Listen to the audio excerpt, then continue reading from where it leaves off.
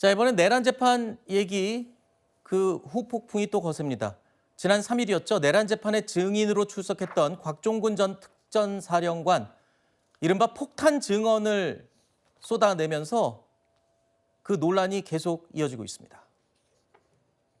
제가 지금까지 말을 못했던 부분을 하겠습니다. 차마 그 말씀을 안 드렸는데 한동훈이하고 일부 정치인들 일부 호명하시면서 당신 앞에 잡아오라 그랬습니다.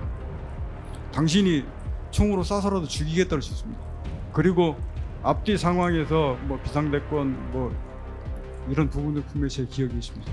우리가 친구들끼리 있다가도 이제 이런 종류 얘기 많이 합니다. 뭐 총 얘기는 안 하더라도 너 진짜 죽는다 뭐 이런 얘기 있지 않습니까? 실제 싸움할 때도 농담으로 할 때도 있고 그런 맥락 속에서 나온 거하고 완전히 좀 구분되어야 하기 때문에 이거는 일단 대통령에서 밝힌 그 입장이 있기 때문에 그게 좀 더 힘을 싣고 사실관계 따져봐야 한다라고 저는 생각합니다.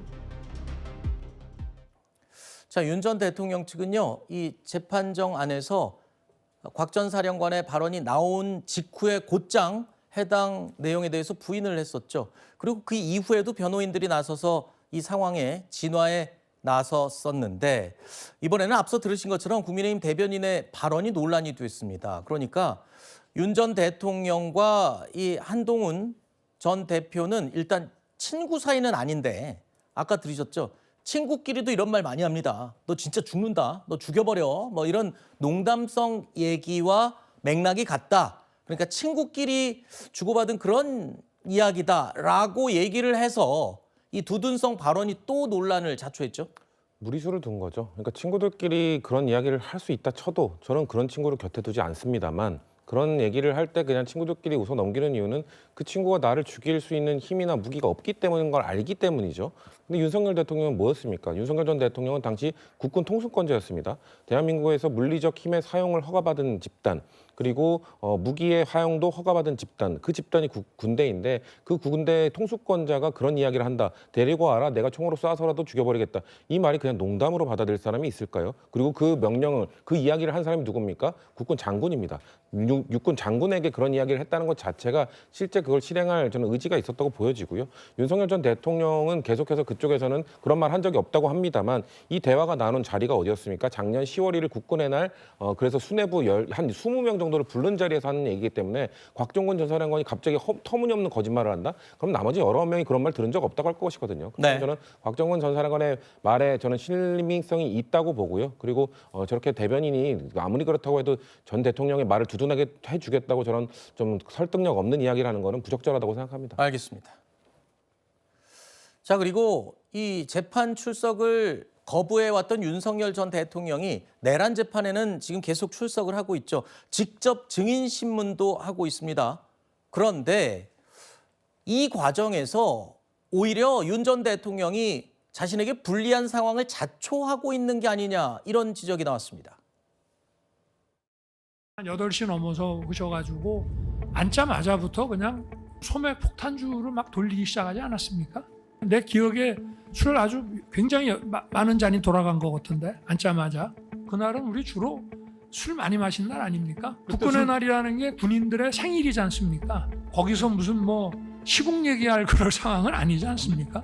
그분의 그 음주 습관을 본인 일부러 처음으로 인정한 거예요. 음주 습관이 이번 불법 계엄의 한 원인이다. 그러니까 폭탄 좀 마시고 뭐 그런 이야기 했을지도 모르죠. 그날 술판을 벌리면 안 되죠. 하여튼 그 자리는 앞으로 절대로 대통령 될 사람들이 또는 군 지휘관들이 그런 자리를 앞으로 만들면 안 된다 이거죠.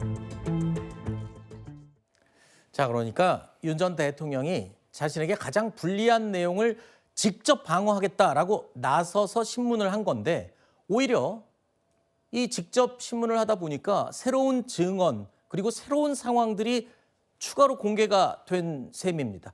자, 윤 전 대통령 이런 상황에서 앞으로도 계속 직접 증인 신문을 할 필요가 있을까요? 어떻게 보십니까, 변호사님은? 저는 어제 윤석열 전 대통령의 저런 발언들은 굉장히 계획이 되어 있고 본인이 검사 출신이 맞구나라고 생각을 했습니다. 아, 오히려요? 예, 지금 뭐 조갑재 위원이라든지 이런 분들이 지적하고 있는 것은 정치적으로, 그러니까 말하자면 국민들께서 아니 대통령이 매일 저렇게 술을 많이 마셨단 말이야, 이런 식의 비판을 받을 수는 있을지언정 법적으로는 말하자면 지금 곽종근 사령관의 발언에 대해서 본인이 그때 술을 많이 마셨었다, 그렇기 때문에 여기에 대해서 진심도 아니고 심신미약 이런 것들을 주장할 수도 있는 부분이라고 생각을 합니다. 만약에 지금까지처럼 재판에 나오지 않았다면 재판 상황에 대해서 변호인으로부터 나중에 이야기를 듣고 그리고 그 이후에 변호인의 의견서가 들어가게 되는데 여기에는 시간차가 있을 수밖에 없거든요. 네. 그렇다면 재판부 입장에서는 오히려 윤석열 전 대통령이 그 자리에 나와서 당사자이기 때문에 직접적으로 반박하는 것이 오히려 피고인의 입장에선 더 효율적이다라고 판단했을 것으로 보입니다. 네. 윤 대통령이 굳이 저런 이야기를 꺼낸 거는 본인의 심신미약보다는 아마 곽종근 전 사령관이 술 취해서 기억을 잘 못할 것이다라고 주장을 하기 위해서, 그래서 네. 곽종근 전 사령관의 증언의 신빙성을 떨어뜨리기 위해서 한 발언으로 보이는데요. 조갑재 대표가 지적을 하신 것처럼 대통령이 술을 엄청 좋아하고 많이 마셨다라는 그런 풍문처럼 들리던 이야기가 본인의 입을 통해서 소맥 엄청 돌지 않았습니까? 엄청 시국 얘기 안 하고 그냥 술만 마시던 자리 아니었습니까? 이런 이야기를 했다는 것 자체가 매우 부적절한 자리였고 매우 부적절한 행태였다는 걸 지적하는 겁니다. 알겠습니다. 자, 정치 라이브는 여기서 마무리하고요. 다음 코너는 주요 이슈를 깊이 있게 분석해보는 라이브 플러스입니다.